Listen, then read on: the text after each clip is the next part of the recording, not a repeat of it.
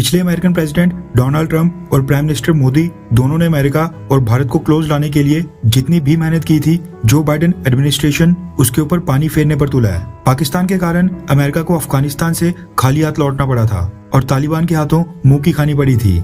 US Congress में Afghanistan blunder के ऊपर इतनी लंबी डिस्कशंस चली थी, जिसमें यूएस आर्म्ड फोर्सेस ने अफगानिस्तान फेलियर का सबसे बड़ा कारण पाकिस्तान को बताया था। लेकिन इसके बावजूद हम लगातार देख रहे हैं कि Joe Biden administration south Asia को लेकर बराक ओबामा वाली पुरानी पॉलिसीज के ऊपर शिफ्ट हो गया है।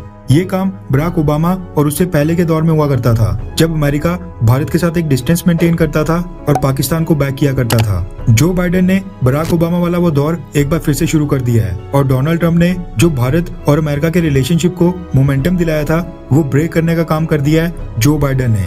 भारत ने इस चीज को पहले से एंटिसिपेट कर लिया था कि जो बाइडेन के प्रेसिडेंट बनने से ये सब होने वाला है। अमेरिका पाकिस्तान को बैक करना वापस शुरू कर लेगा।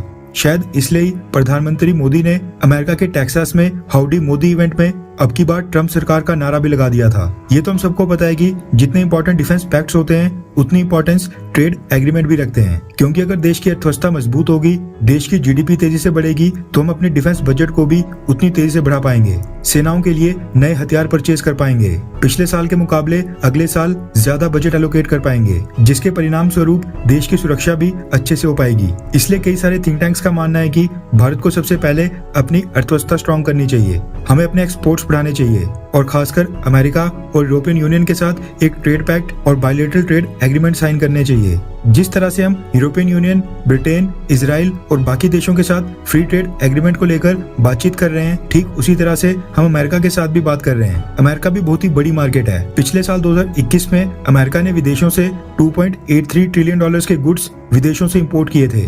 $2.83 ट्रिलियन यानी $2,830 बिलियन के गुड अमेरिका ने पिछले साल विदेशों से खरीदे थे।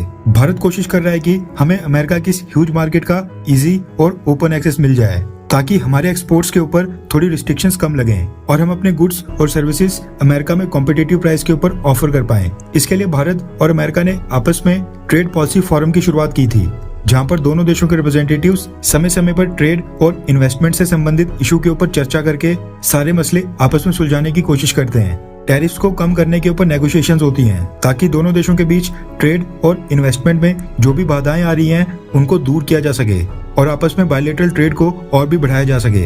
इस फोरम में 5 फोकस ग्रुप्स हैं: agriculture, investment, innovation and creativity यानी इंटेलेक्चुअल प्रॉपर्टी राइट्स, सर्विसेज और tariff and non tariff barrier. America Bharat के साथ ट्रेड टाइज मजबूत करने के ऊपर कम जोर देता है, उसका ज्यादा जोर डिफेंस टाइज मजबूत करने के ऊपर रहता है। ऐसे में पिछले कुछ सालों से वो ये ट्रेड पॉलिसी फोरम की मीटिंग भारत के साथ बिल्कुल नहीं कर रहा था। पिछले साल 2021 में भारत के बड़े ज्यादा जोर देने पर अमेरिका भारत के साथ ट्रेड पॉलिसी फोरम की 12वीं मीटिंग करने के ऊपर राजी हुआ था और ये मीटिंग भारत में हुई थी, यानी अमेरिका के रिप्रेजेंटेटिव्स पिछले साल भारत आए थे। अमेरिका भारत के साथ ट्रेड टाइज मजबूत करने के लिए कितना ज्यादा सीरियस है, इसका अंदाजा आप इसी बात से लगा सकते हैं कि पिछले साल वाली मीटिंग 4 सालों के बाद हुई थी, यानी बीच में 4 साल का गैप आया था। उससे पहले जो 11वीं मीटिंग हुई थी वो साल 2017 में हुई थी और अब इसके बाद इस साल की जो India US trade policy forum की 13वीं मीटिंग होनी थी, वो 8 नवंबर को अमेरिका में होनी थी, जिसके लिए भारत के trade and commerce minister Piyush Goyal साहब को अमेरिका जाना था। लेकिन अब खबर निकल कर आ रही है कि